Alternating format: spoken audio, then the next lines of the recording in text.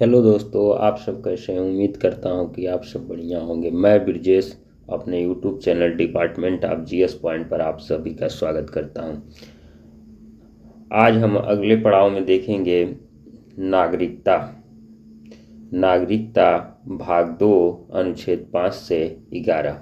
आइए हम नागरिकता में देखते हैं। पहले नागरिकता क्या है, उसकी परिभाषा क्या है, ये समझते हैं। ठीक है, तो आइए देखते हैं। नागरिकता नागरिकता भाग 2 अनुच्छेद 5 से 11।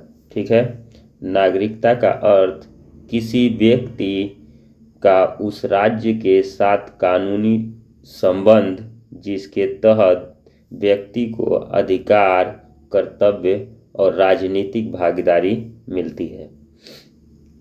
ठीक है, तो नागरिकता का अर्थ यही है कि जिसके तहत व्यक्ति को क्या क्या जो अधिकार मिलते हैं, कर्तव्य हैं देश के प्रति, और राजनीतिक भागीदारी जो है वो सुनिश्चित होती है। ठीक है, उसी पड़ाव आगे देखते हैं। नागरिकता का तात्पर्य किसी राजनीतिक समुदाय की पूर्ण और समान सदस्य के रूप में की गई नागरिकता में अधिकार और कर्तव्य दोनों शामिल हैं। ठीक है, दो ठो परिभाषा लिख दिए ताकि आप लोग बेहतर तरीके से नागरिकता को समझें या नागरिकता के अर्थ क्या है। ठीक है, आगे देखिए। भारत में एकल नागरिकता का प्रावधान है जो ब्रिटेन से ग्रहित किया गया है। देखिए, कभी कभी कंफ्यूजन हो जाता है। भारत की जो नागरिकता है, दोहरी नागरिकता ब्रिटेन में थी, अमेरिका में, और एकल नागरिकता ब्रिटेन में, तो उसी वहीं से ग्रहण किया गया है। तो ब्रिटेन याद रखिए। भारत की नागरिकता कैसी है, एकल नागरिकता है। आगे देखिए, नागरिकता का संबंधी संवैधानिक प्रावधान है। तो भारत में नागरिकता का ऐसा प्रावधान है, संवैधानिक प्रावधान है, इसका अनुच्छेदों में जिक्र है। तो आइए देखते हैं। अनुच्छेद 5, पहला अनुच्छेद। संविधान लागू होने के समय नागरिकता 26 जनवरी 1950 को निम्न में से किसी शर्त को पूरा करने वाले व्यक्ति भारत का नागरिक होंगे। कौन कौन सी शर्त है और कब? 26 जनवरी 1950 को, संविधान लागू होने के समय, वह भारत में जन्मा हो, वह भारत में निवास करता हो, उसके माता पिता में से कोई एक भारत में जन्मा हो। ठीक है, ये प्रक्रिया है। संविधान में अनुच्छेद 5 के अंतर्गत संविधान नागरिकता की जो बात है पहली बार जिक्र की गई है। और अगला का अनुच्छेद क्या है? अनुच्छेद 6, इसको देखते हैं। पाकिस्तान से भारत प्रव्रजन करने वाली वालों की नागरिकता 19 जुलाई 1948। देखिए, भारत के संविधान लागू होने के समय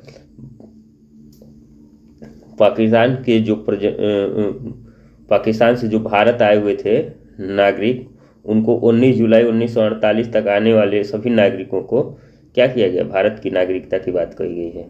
ठीक है, पाकिस्तान के प्रव्रजित अनुच्छेद 7, पाकिस्तान की प्रव्रजित व्यक्तियों के नागरिक अधिकार, वो भी 19 जुलाई 1948। ठीक है, अगला अनुच्छेद देखिए। अनुच्छेद 8, भारत के बाहर रहने वाले भारतीय मूल के लोगों के नागरिकता के अधिकार। भारत से जो बाहर रह रहे भारतीय, उनके लिए नागरिकता का क्या अधिकार है, उनके बारे में जिक्र है। विदेशी राज्य का नागरिकता स्वेच्छा से अर्जित करने वाले व्यक्ति का नागरिकता समाप्ति। देखिए, भारत में दोहरी नागरिकता की व्यवस्था नहीं है, इसका अनुच्छेद 9 में जिक्र भी कर दिया गया है। ये स्पष्ट रूप से बताता है कि आप किसी विदेशी देश की राज्य की नागरिकता ग्रहण करते हैं तो स्वेच्छा से यह ग्रहण अर्जित अगर कर लेते हैं तो आपको यह नागरिकता, भारत की नागरिकता समाप्त हो जाएगी। ठीक है, अगला पॉइंट देखिए। अनुच्छेद 10, नागरिकता अधिकार की निरंतरता जब तक संसद ने कानून नहीं बनाया है। देखिए, आप संसद कानून बनाकर आपकी नागरिकता को तभी तक आपकी नागरिकता निरंतर है जब तक संसद आपके खिलाफ कोई या किसी प्रकार की गतिविधि में आप शामिल न हो।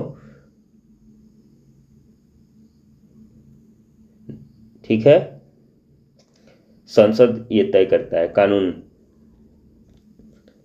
अगला क्वेश्चन क्या है, अगला क्या है, अनुच्छेद 11 संसद द्वारा कानून बनाकर नागरिकों के नि अधिकारों का नियमन करना।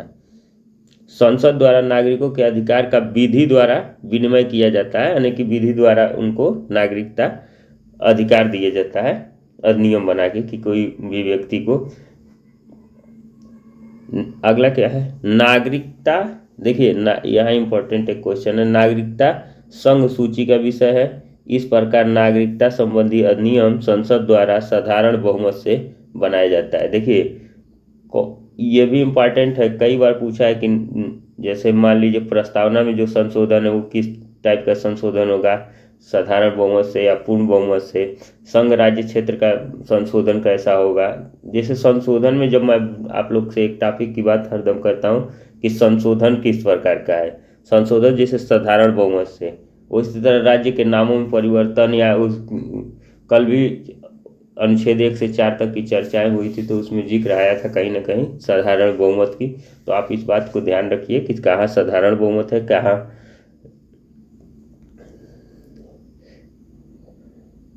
अगला देखिए, नागरिकता का अर्जन एवं समाप्ति।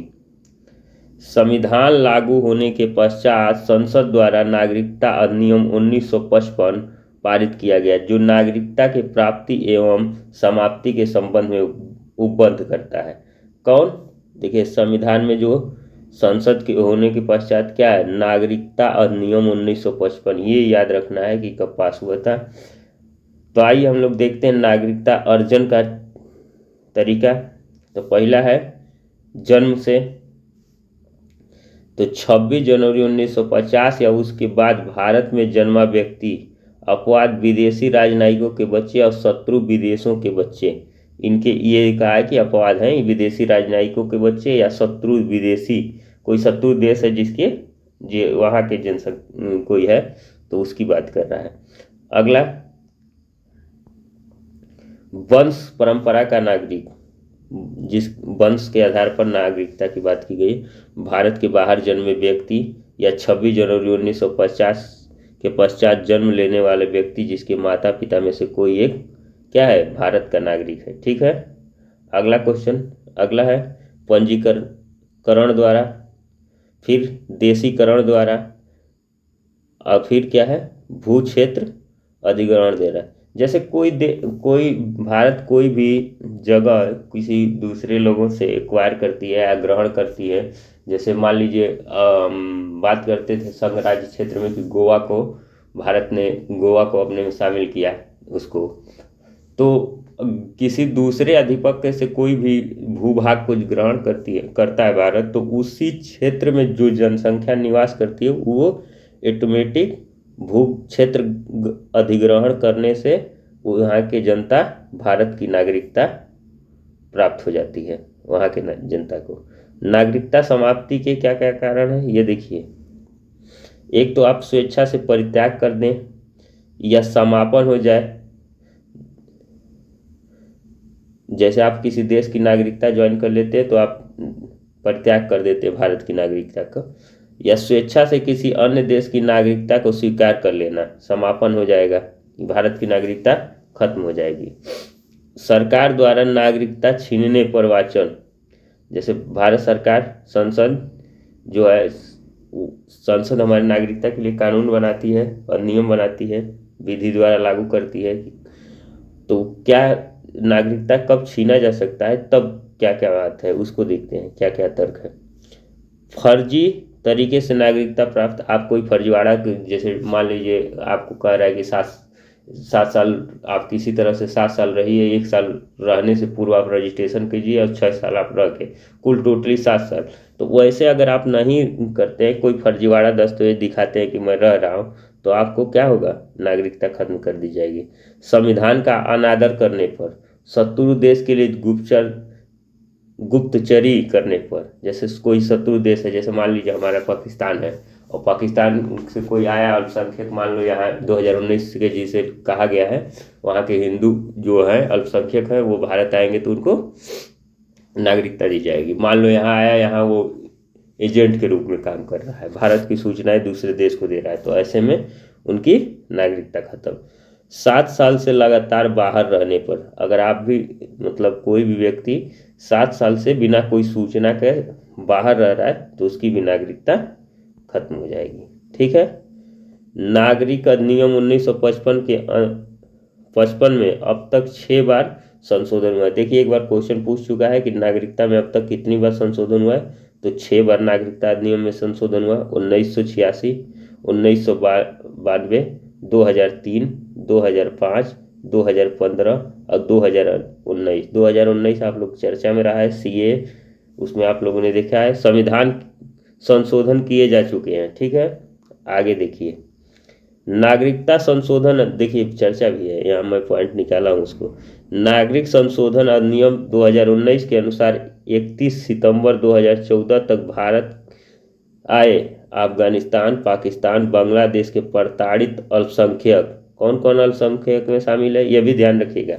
कौन कौन देश है, कौन कौन देश है, अफगानिस्तान है, पाकिस्तान है और बांग्लादेश है। ठीक है, ये 3 चीज है। और कौन कौन लोग हैं, हिंदू, ईसाई, बौद्ध, जैन, पारसी, सिख। कितने लोग हैं, 2 2 4 2 6 लोग। तो 6 धर्म प्लस 3 देश, भारतीय नागरिकता प्रदान की जाएगी। ठीक है, ये बहुत इंपॉर्टेंट है, ये न्यू है, इसमें क्वेश्चन बन सकते हैं। देखिए, 3 प्रकार के नागरिकों की बात करिए, प्रवासी भारतीय और निवासी भारतीय। ठीक है, ऐसे भारतीय पासपोर्ट धारक जो किसी वित्तीय वर्ष में कम से कम 183 दिन, देखिए ये क्लियर रहना चाहिए, 183 दिन के लिए किसी अन्य देश में रहते हैं। किसके लिए, वित्तीय वर्ष। एक वित्तीय वर्ष मतलब 1 साल में जो आप 183 दिन किसी अन्य देश में रहते हैं, वो अप्रवासी भारतीय हैं। इन्हें भारत में वोट करने देने का अधिकार है। ठीक है, भारत की नागरिकता चाहते नहीं। भारत के समुद्री पारी नागरिकता, ये क्या है, ये देखिए, आगे देखिए। भारत सरकार द्वारा 2005 में के शुरू में की गई गृह मंत्रालय के अनुसार भारत के समुद्री पारीय नागरिकता के ऐसे व्यक्ति जो 26 जनवरी 1950 को या उसके बाद भारत का नागरिक था या उस तारीख पर भारत का नागरिक बनने योग्य था, 15 अगस्त 1947 के बाद भारत का हिस्सा बनने में किसी क्षेत्र से संबंधित था। ठीक है। अगला देखिए, भारतीय मूल का व्यक्ति, इसका कैसे होगा, जन्म या वंश तो भारतीय है परंतु भारत में नहीं रहते हैं। ठीक है, 2015 को भारत सरकार ने भारतीय मूल का व्यक्ति कार्ड योजना को ओसीआई योजना के साथ मिला दिया गया है। ठीक है, ये इंपॉर्टेंट है। 2015 में क्या संशोधन हुई, ये इसी तरह से इसमें भी याद रखिए कि ये समुद्री पार नागरिकता कब आई, 2005 के अधिनियम में संशोधन करके। ठीक है, आगे देखते हैं, संविधान द्वारा दिए गए भारतीय नागरिकों का अधिकार। संविधान में क्या क्या भारतीय नागरिक को अधिकार दिया गया है, मौलिक अधिकार के अंतर्गत 15, 16, 19 यहाँ के नागरिक को क्या क्या मिलेगा, अनुच्छेद 15, अनुच्छेद 16, अनुच्छेद 19, अनुच्छेद 29 और अनुच्छेद 30 सिर्फ भारतीय नागरिकों को प्राप्त है। ठीक है, अगला क्या है, लोकसभा राज्यसभा के विधान सभाओं में होने वाले चुनाव को सार्वभौमिक वयस्क मताधिकार, अनुच्छेद 326 के अनुसार। संसद की सदस्यता के लिए योग्य हो, अनुच्छेद 84, सार्वजनिक पदों पर नियुक्त होने योग्य, ये सब नागरिकों होने का लाभ मिलेंगे। ठीक है, आगे देखिए, हल्का सा चर्चा कर लेते हैं। अगले क्लास में हम लोग मौलिक अधिकार को विस्तार से देखेंगे। हो सकता है कि 2 क्लास या 2 क्लास से लगे इस पे, मौलिक अधिकार पे। तो आइए हम देखते हैं मौलिक अधिकार के, मौलिक अधिकार का परिचय जान लेते हैं। मौलिक अधिकार जो है भाग 3 अनुच्छेद 12 से 35 तक, ये है, ये इम्पोर्टेंट है। आगे देखिए, मौलिक अधिकार के बुनियादी अधिकार है। मौलिक अधिकार एक कैसा अधिकार है? बुनियादी अधिकार, जिसकी गारंटी किसी देश के सभी नागरिकों को समान रूप से उनकी स्वतंत्र गरिमा कल्याण के लिए प्रदान की जाती है, संविधान द्वारा प्रतिभूति और संरक्षित है। देखिए, अब एक बात हमेशा कहा जाता है मौलिक अधिकार की, कि मौलिक अधिकार व्यक्ति को राज्य के विरुद्ध दिया गया अधिकार है। मतलब आपके सर्वगणिक विकास के लिए, गरिमा और कल्याण के लिए प्रदान की जाती है, संविधान द्वारा प्रतिभूति और संरक्षित किया जाता है।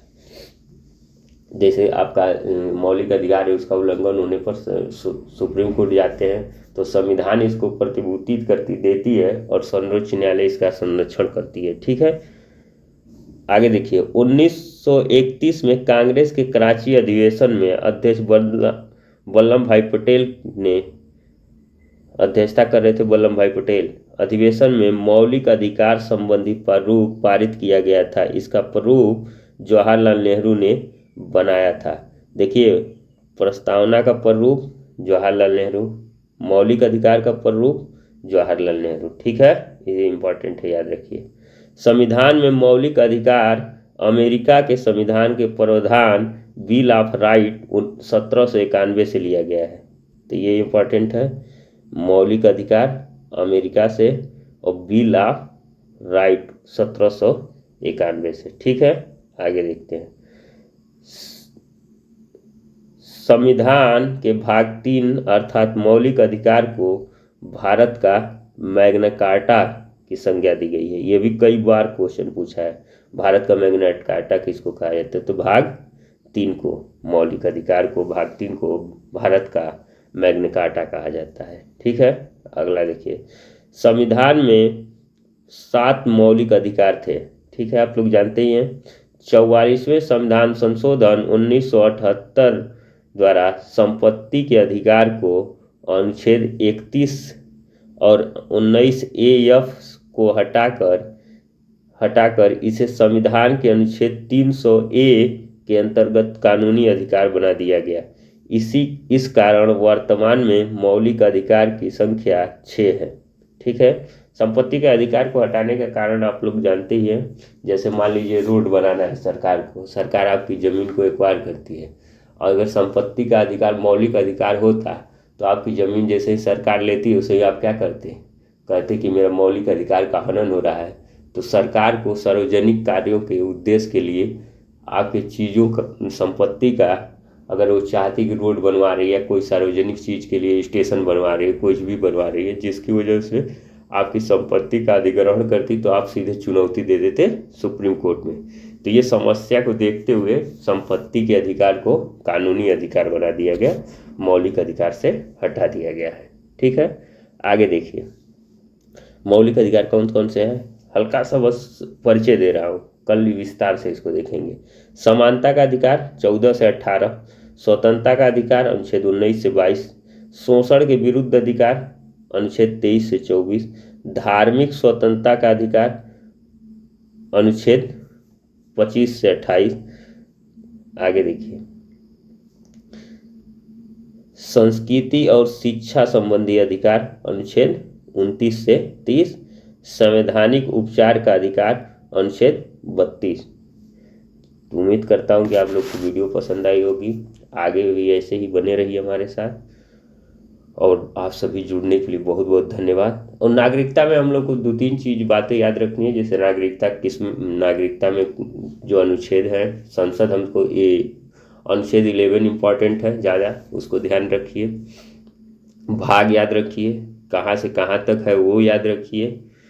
और एक चीज़ बता दें कि नागरिकता का जिक्र किसी भी अनुसूची में नहीं है। ठीक है, तो इन बातों को ध्यान रखिए। हमारे यहाँ दोहरी नागरिकता नहीं है। नागरिकता कहाँ से हम ली गई है? ब्रिटेन से ली गई है। ये सब जैसे जब आप क्वेश्चन को सोच पाते हैं ना कि क्वेश्चन किस किस टाइप से बन सकता है, तो समझिए कि हमारी बार बार यही पॉइंट रहता है कि आप क्वेश्चन को समझिए कि क्वेश्चन कैसे बनते हैं। ठीक है, तो आप सभी जुड़ने के लिए बहुत बहुत धन्यवाद, और शेयर करिए, सब्सक्राइब करिए, और खूब बढ़िया से पढ़िए ताकि पेपर में सफलता मिले आप लोग को। बहुत बहुत धन्यवाद।